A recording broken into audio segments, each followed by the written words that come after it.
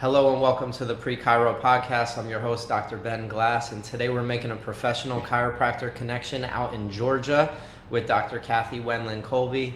Cathy, can you get us started by just introducing yourself and reflecting on what it was that attracted you to becoming a chiropractor, where you were at in life, what it was that pulled you in the direction of this profession?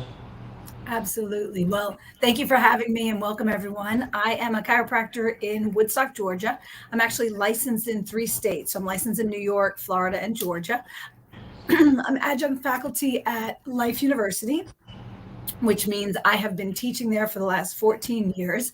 And I also get to host Peak students in my office. And for those of you that are not familiar with the Peak program, it's where we have students who are getting close to graduation go and spend the last 6 months in a doctor's office. I actually helped to write the program, the Peak manual for the doctors. So very involved. I serve on the board of Georgia Council on Chiropractic. I also serve on the board of the League of Chiropractic Women.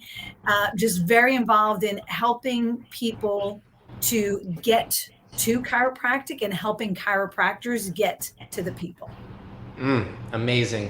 Can you reflect on where you were at in life when you decided to enroll and go to chiropractic school? What it was? Was it an experience? Was it something that you had heard? Did you have a family member? What made you ultimately make the decision to become a chiropractor? You know, they say that some people choose chiropractic and other people were chosen chiropractic, and I'm one of those people that was chosen by chiropractic. It was not in my path.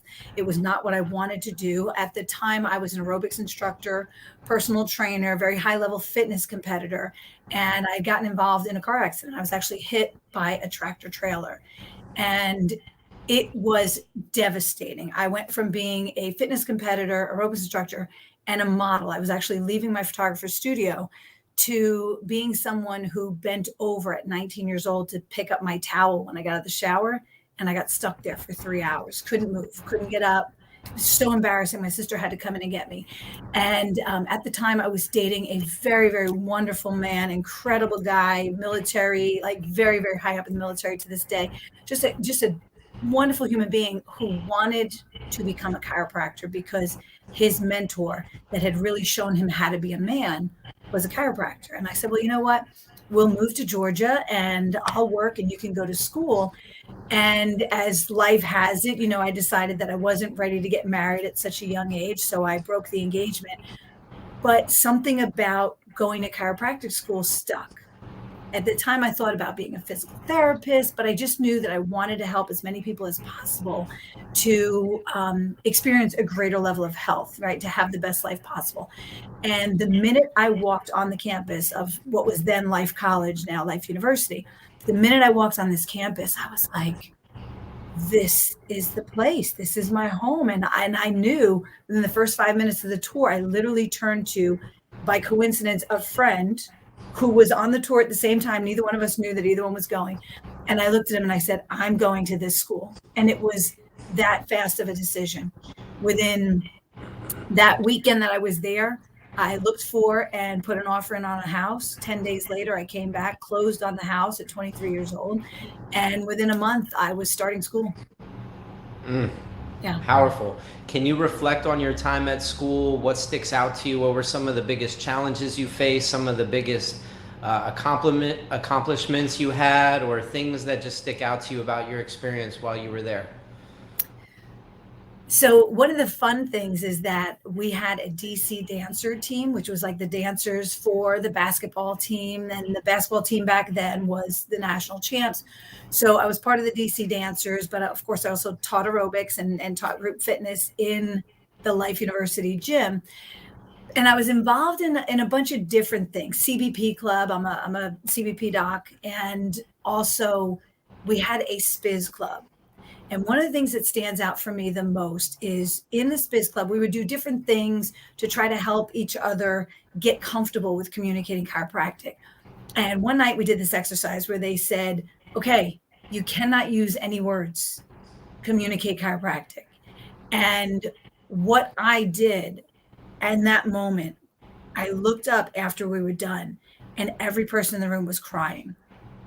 And I knew that I was onto something. And basically what I did is I walked up to a woman and I pretended to touch her belly, and I looked at her and, just assured her that everything was going to be okay, because she'd had, the way I communicated without any words was she'd obviously had a bad situation, a bad history, and we made it all right.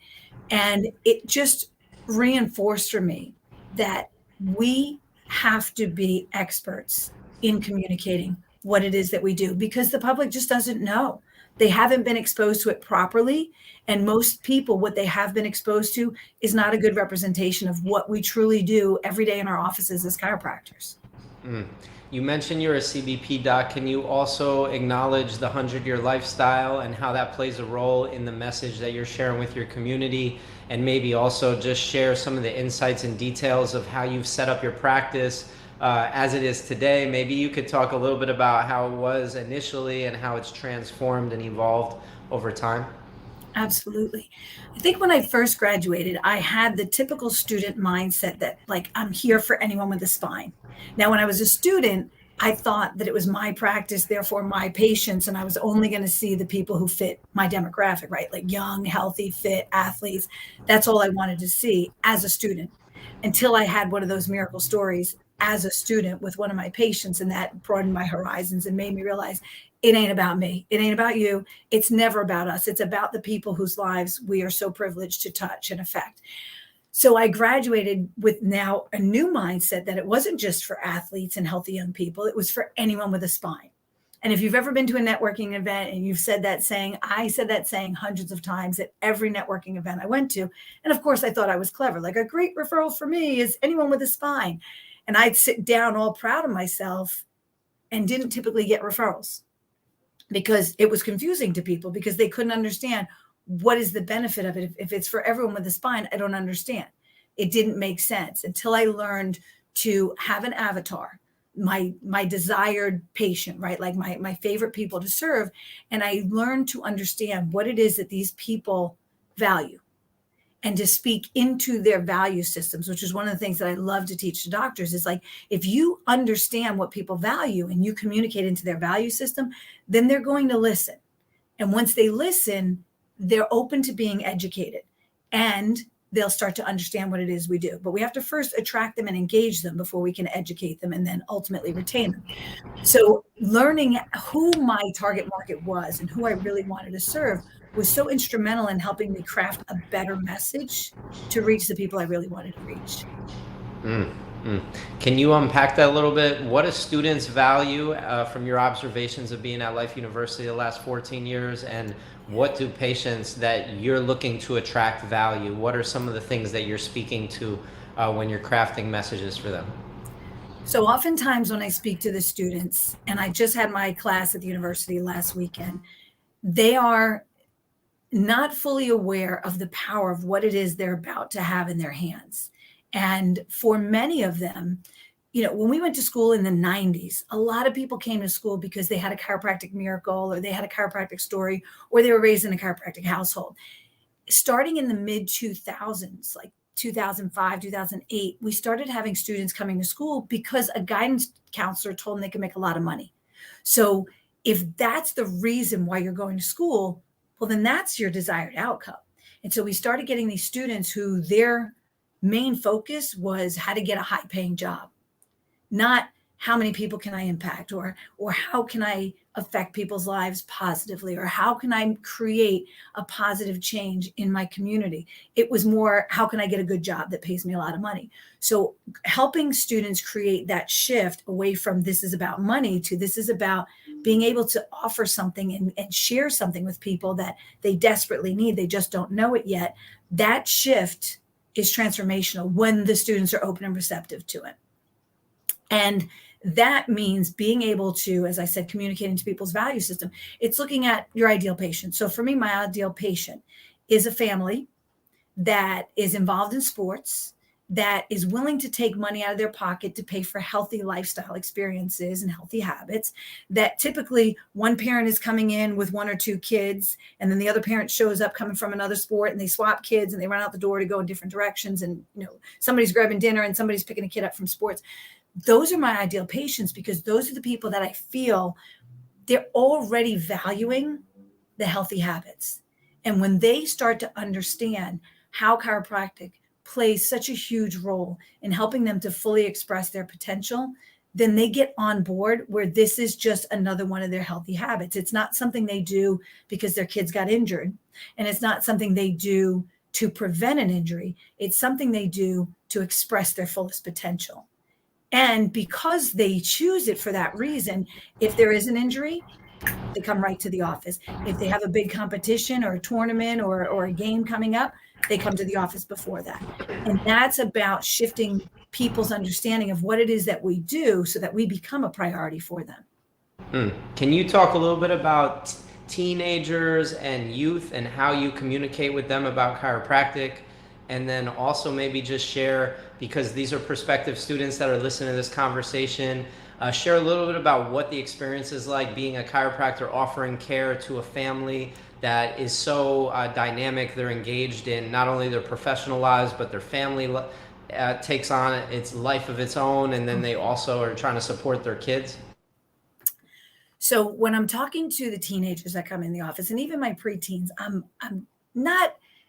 not putting education down their throat all the time so that they're drowning on it, but I'm talking to them about what's going on in their lifestyle and what are they doing and how was their day and how is what we're doing helping them have a better day, a better experience, a better performance, whether it's in school, or I have students that are in the drama club, or I have a lot of student athletes and a lot of high level competitive athletes.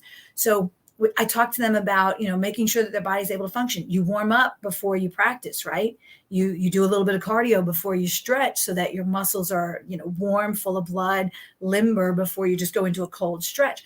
And this is so similar. We want to make sure that your brain is able to communicate with your muscles, that your brain cells and your organ cells and your tissue cells can all communicate to the best of their ability, so that when you say it's time to run, your body reacts appropriately. When you say it's time to jump or dive off the platform into the water, your body reacts immediately and does exactly what your brain is asking your body to do. So we want to keep that communication pathway open without any interference. And so for our students who are thinking about entering a career into chiropractic, it's really about making sure that we keep what we say, man the physical and man the spiritual connected. We keep the brain and the body in perfect connection so that the body can do what it's designed to do. And the ultimate goal is true health, right? The ultimate goal is being able to express yourself freely without any interference. And so for people considering a career in chiropractic, this is not necessarily about neck pain, back pain, or headaches. This is about improved performance. This is about bodies being able to heal. This is about kids who routinely are affected by ear infections no longer having that problem. This is about kids who deal with sinuses and allergies and skin issues like eczema, no longer dealing with that because their body learns how to process out all the junk that other people are processing out. But maybe your body's not processing it out because your nervous system is affected at that level and it can't identify the toxin. It can't identify the foreign body. It doesn't identify it properly, and therefore it overreacts. So learning that it's more about how we function than how we feel is crucial. Great message. Thank you. Yeah. You've touched on a number of things. I'm wondering if you could just briefly unpack them. The League of Chiropractic Women, the 100-Year Lifestyle, CBP, and any other chiropractic affiliated communities that you've gotten involved with, that you support. If you could maybe just introduce students to those different communities and maybe speak about the value that you've received of being involved in them. Oh, absolutely. So the League of Chiropractic Women is an organization that was founded by a group of women in 2012. And it was not to exclude men, but it was to finally include the women in our profession. The reality is, if you look at most chiropractic schools, our student enrollment is about 51% female. So we've tipped the scales to where we now have more women enrolled in chiropractic colleges than men. But over the last 15 to 20 years, if you had looked at any major platform, any event, any lineup of speakers, any board, any organization in chiropractic, the representation just wasn't there. We predominantly saw men speaking, men leading, men running organizations, and men setting up the events that were going on in the profession. And when this organization, the League of Chiropractic Women, was first started, it really was the first organization of its kind to champion women without excluding or denigrating men, but saying, like, we need a place where women could feel safe enough that they can express their level of success. Because a lot of women look at their practices and would say, well, I don't want to see 1,000 a day, a week, or a month. I want to see what works for my schedule so that I could still wear all the other hats that I have to juggle. Because as women, we're typically handling the staff, we're doing all the training, we're overseeing all the billing. But then when we get home, we're handling the household, we're taking care of all the bills, we're doing the grocery shopping, we're doing the cooking, we're probably putting the kids to bed, and most likely we're doing the homeschooling as well. So we don't get a chance to rest because we're giving, loving, and serving in our office, and then we're nurturing, loving, and serving and giving in our homes too. So our level of success and our definition of success may be different. And for many years, I think there were a lot of women who felt that that difference meant it wasn't equal, or it wasn't acceptable, or it wasn't as important. But the reality is, for the women that are in practice and juggling other hats, their level of success is just as important. And it needs to be spotlighted so that students coming into school can look at them and say, wow, that is the kind of life I want. Yeah, I do want to work 3 days a week and still be available to raise my family, or still be available to go travel, or pursue my other passion projects. And being able to see women in leadership positions who are doing just that has empowered this whole new generation of students. And it's partly why we're seeing the numbers in chiropractic colleges go up as far as the women percentage, because now you have women leaders that are saying, look, you can lead and you can succeed in a way that works for you. What are some of your passion projects that you're working on these days? What are the things that get you up in the morning and you're just super excited to contribute to? You could just speak on your practice and where your focus is in practice these days, or you could speak on any other things. I'm sure you're involved in different directions. Yeah, I'm so passionate about making sure that we are able to express this message. And I love teaching people how to communicate, not just chiropractic, but how to communicate in general, because I think so many of us, especially the younger generation, that this is their version of communication, right? Locked in a phone, looking at a phone, and they don't have eye-to-eye, face-to-face, one-on-one conversations as much as they should. So teaching people how to communicate effectively, huge passion of mine. But even more than that is helping people find their genius zone. You know, that thing that's like that burning desire inside of you that you're like, oh, I don't know how to do this, but I know this is my calling, or I know that I was destined for more. And sometimes people don't know what more is. They just know that this life they're living is not enough. It's not fulfilling enough. It's not successful enough. It's not full of enough joy. It's not free enough for them. And they just want more. And I love helping people really dig into that, unpack that, find out what it is that they're really passionate about and what is holding them back.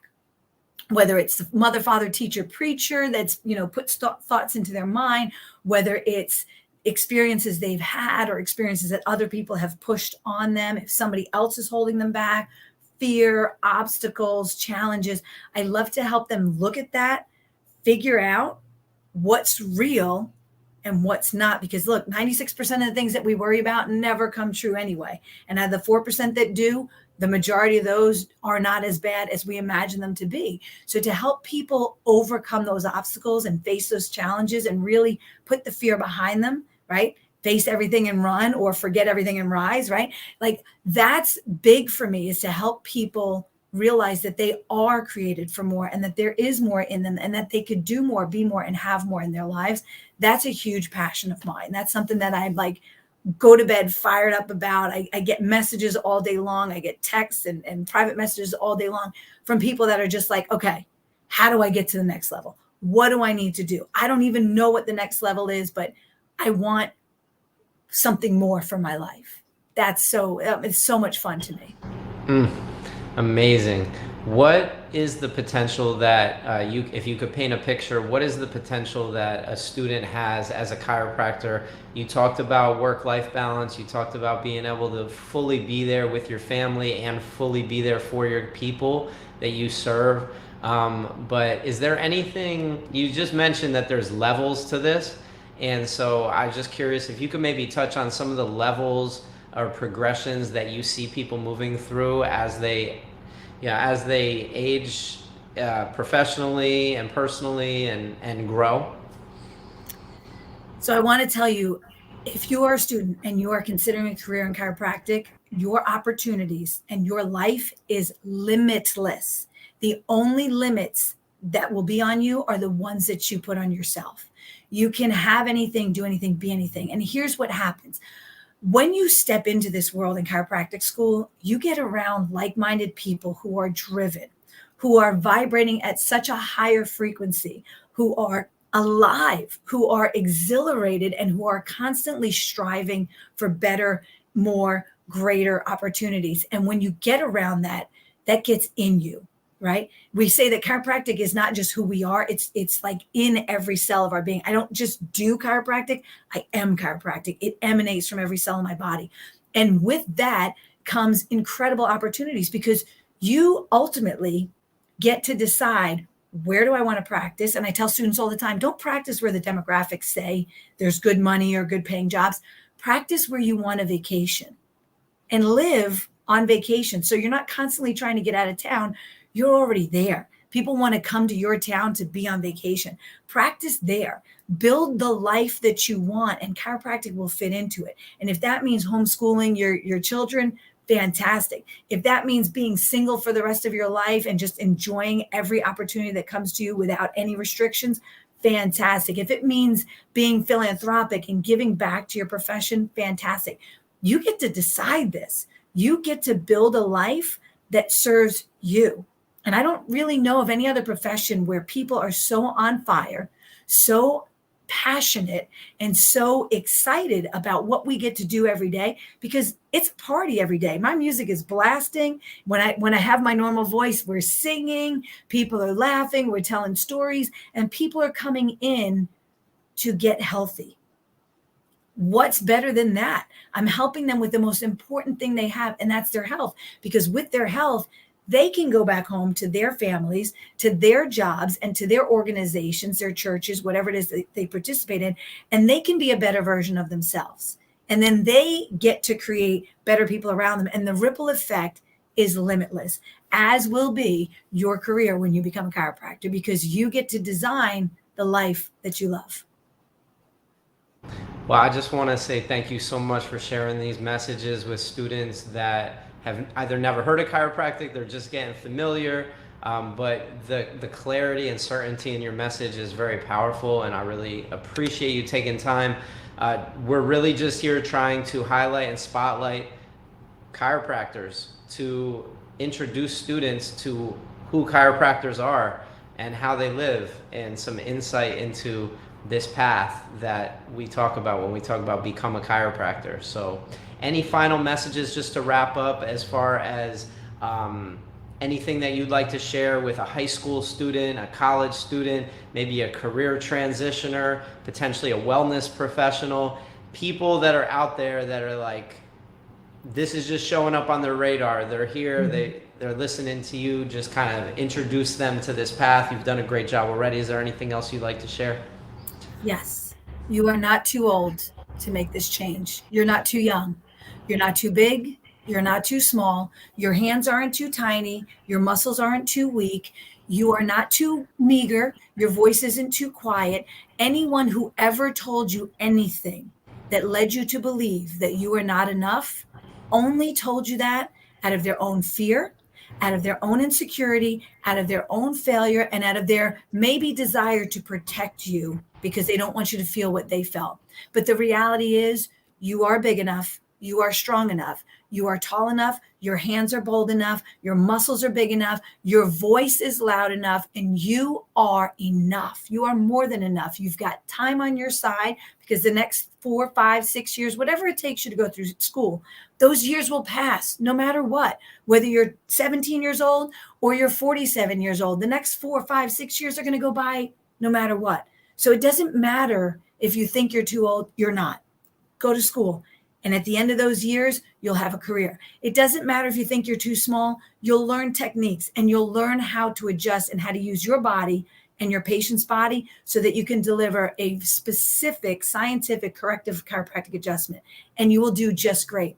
And if you feel like your voice is too weak, you will learn to speak up, and you will learn to speak your truth, and you will learn how to step up and lead. And there will be people along the way who will constantly be encouraging you that you can do this. And anyone who's behind you trying to drag you backwards, saying that you can't, let them go.